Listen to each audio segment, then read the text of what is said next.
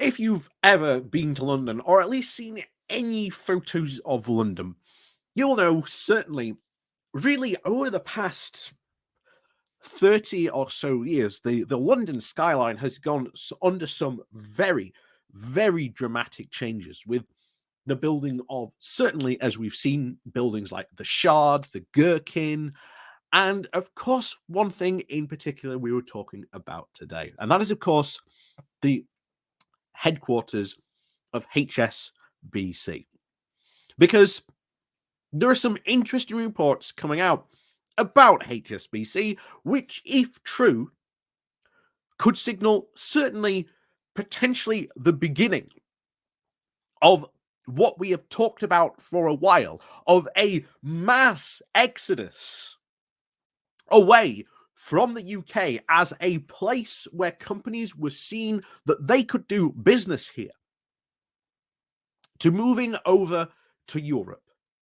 And we've warned about this a number of times. Whenever we've talked about the business and financial sectors, they have been incredibly worried about the changes that the UK might make, which basically means, with all the EU rules in and around sort of finance and sort of doing finance, may mean they have to move their operations out of the UK and over to Paris, Amsterdam, Frankfurt. And we've seen over the past couple of years the UK lose its status to places like Paris and Amsterdam as places where trading has certainly become a lot more popular. And unfortunately, as we were concerned about, how quickly does this exodus go? Because it certainly have seen, for the past couple of years, this trickle that we have seen going on could very, very quickly become a flood. And if this story turns out to be true, then this could be big. And it could start not only big financial institutions, but potentially even other big businesses in the UK currently here reconsider their future of being based not only in the UK, but even having manufacturing bases or anything in the UK, which will be a disaster, an absolute disaster for our economy. But before we go into what's going on with HSBC, first of all, we've got to look into what's going on economically, because there was a bit of interesting thing which will give you a wider context and why HSBC will be moving. But before we go diving into that, though, please do remember to hit that like, share, and subscribe button. And of course, down below, there are links to my Patreon page. And of course, the one-off donation link called Buy Me Coffee, where you can, buy me coffee. There is also the YouTube thank you button. And of course, down below as well, there is the YouTube subscription where you can join the Pony Club and you get bells, whistles, and all sorts of stuff you get to use on that, as well as for our Patreon and the Pony Club members. You also get a weekly video from me, giving you a roundup of what's been going on during the week in sort of politics, or a bit extra regarding other videos and whatnot. So, as always, guys, like I say, please do remember to sort of hit those buttons, check those links, ring the bell, and of course, as always, guys, let's crack on with today's story. So, first of all, before we go into the HSBC and how London's skyscraper skyline could potentially dramatically change, we've got to understand why. So it all comes down to this little story that's come down from here. The title was Brexit is snarling again amid more grim economic news. Which, again, if you've been following Brexit like we have on this channel for some times, you know this is not good.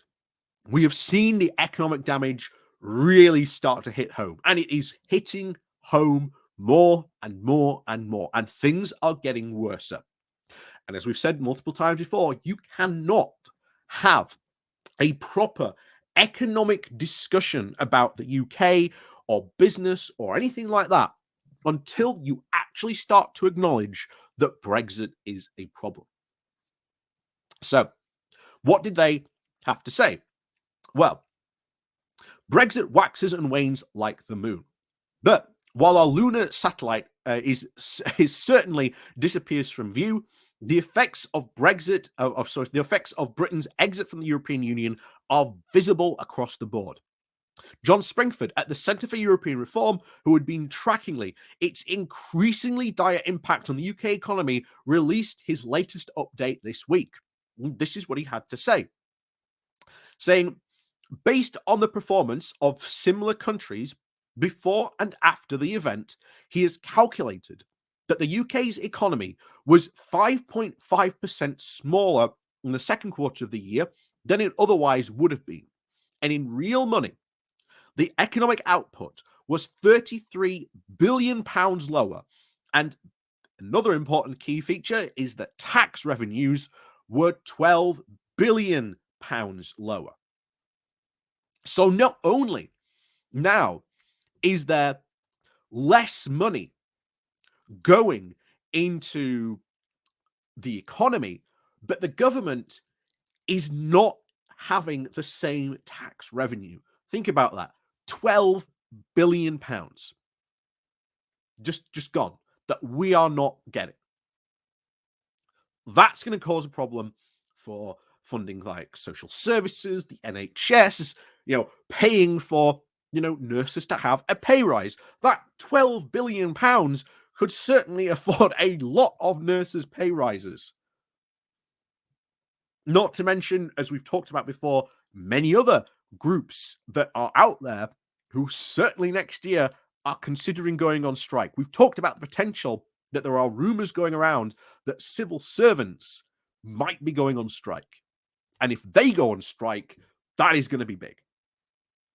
Because remember, civil servants have not had a pay rise in 10 years. And we've got firefighters potentially going on strike next year as well. A lot of people potentially going on strike.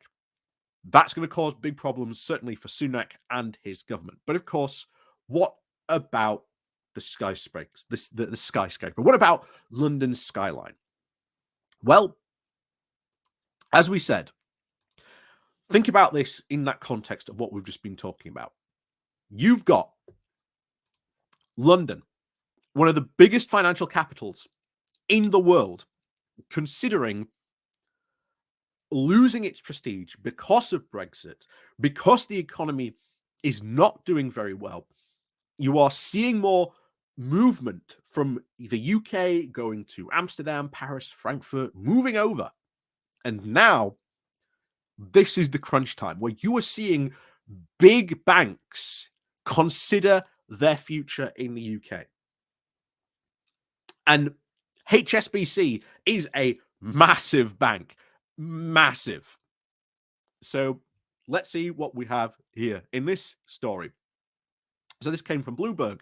The title of HSBC considers quitting its global HQ in London's Canary Wharf. HSBC offices in Canary Wharf businesses, financial and shopping district in London. As you can see, it's quite a big building from that alone. But from what we can see here, from what we got, was the HSBCL Holdings PLC is considering quitting its global headquarters in London's Canary Wharf district when its lease expires in early of 2027. And this has caused a lot of alarm for a lot of people because that is a big building. And remember, HSBC has taken the entire building. Now, think about this. If they do go in early of 2027, what happens to that skyscraper? How many other companies out there could seriously have the actual financial cash to go, yes, we're going to have every single floor of that skyscraper? There aren't a lot, to be honest. There are certainly not a lot. Now, bear this in mind with what we just said about the very dire financial economic situation we just read about a few moments ago, where we are having less money go into the economy and the government receiving less tax revenue from it. Why on earth if you are a business and you're looking for a new HQ, and bear in mind, if HSBC moves out of that skyscraper, who moves in? Who takes over that building?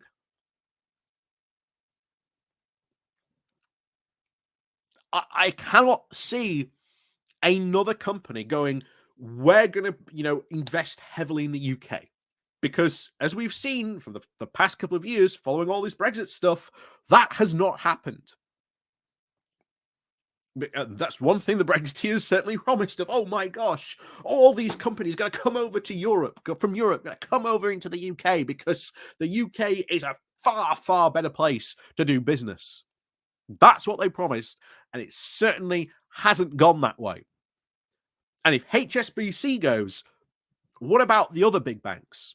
What about the other big skyscrapers that are solely occupied by some very big businesses down in London? I think dramatically you could see big changes to London skylines in the near future. Because if you haven't got the capacity to be able to fill that skyscraper, then what do you do with it? The company that actually owns it, that's letting it out to HSBC, well, eventually they'll be left with really only two options. Well, a couple of options, really. They'll either have to sell it, which means they'll have to find a buyer. That'll be interesting. They can maybe try and change the purpose of it. Maybe they try and rent out sort of the different floors. Maybe they don't sort of give it out to all of one company. How successful they will be in sort of certainly trying to accommodate all those floors is anyone's guess.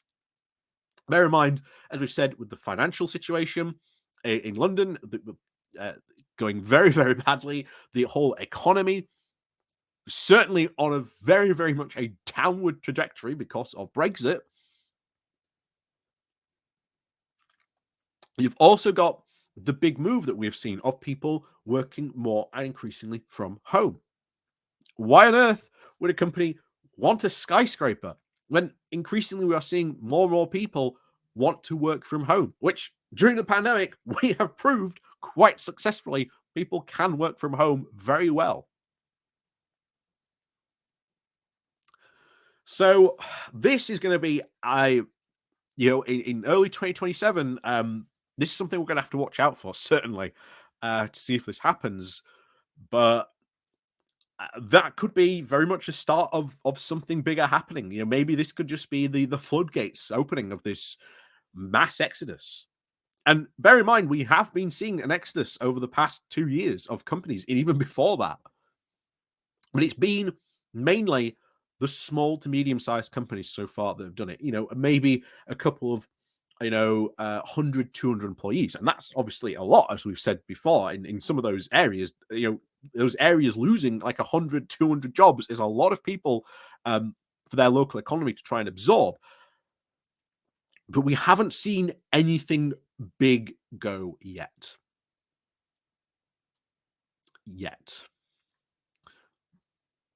But who knows? Who knows what may happen soon, certainly for this. It doesn't look good, shall we say, for the future of London Skyline.